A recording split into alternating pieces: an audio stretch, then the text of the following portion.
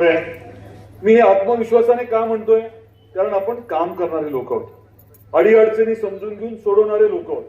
ज्यांच्या हातामध्ये सत्ता होती 2-2.5 वर्ष, त्यांनी आपल्या जिल्ह्यासाठी काय केलं? साधा प्रश्न आहे, काय केलं? मी सांगतो. त्यांनी रेल्वेचं काम आपलं अडवलं. मोदी साहेबांनी आपल्याला धाराशिव ते सोलापूर रेल्वे मंजूर केली. 2019 मध्ये भूमिपूजन केलं. असं ठरलं होतं की राज्य सरकारने 50% द्यायचे, केंद्राने 50% द्यायचे.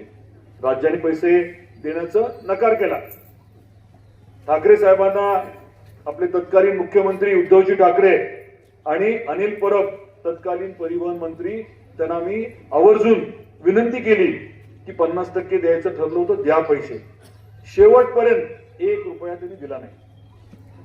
हे जे अनिल परब साहेब आहेत, त्यांना तर मी त्यांच्यावरती हक्कभंग आणला विधानसभेमध्ये, काहीतरी गोल गोल उत्तर दिलं, शेवटपर्यंत रुपया दिला नाही. आपलं सरकार आलं की तातडीने पैसे मंजूर झाले, टेंडरिंग झालं आणि आता काम चालू आहे. बघितलं तुम्ही, आहे चालू, तुमच्या जवळपास आहे. आणि या रेल्वेचा फायदा काय होणार आहे? या रेल्वे स्टेशनचा फायदा काय होणार आहे?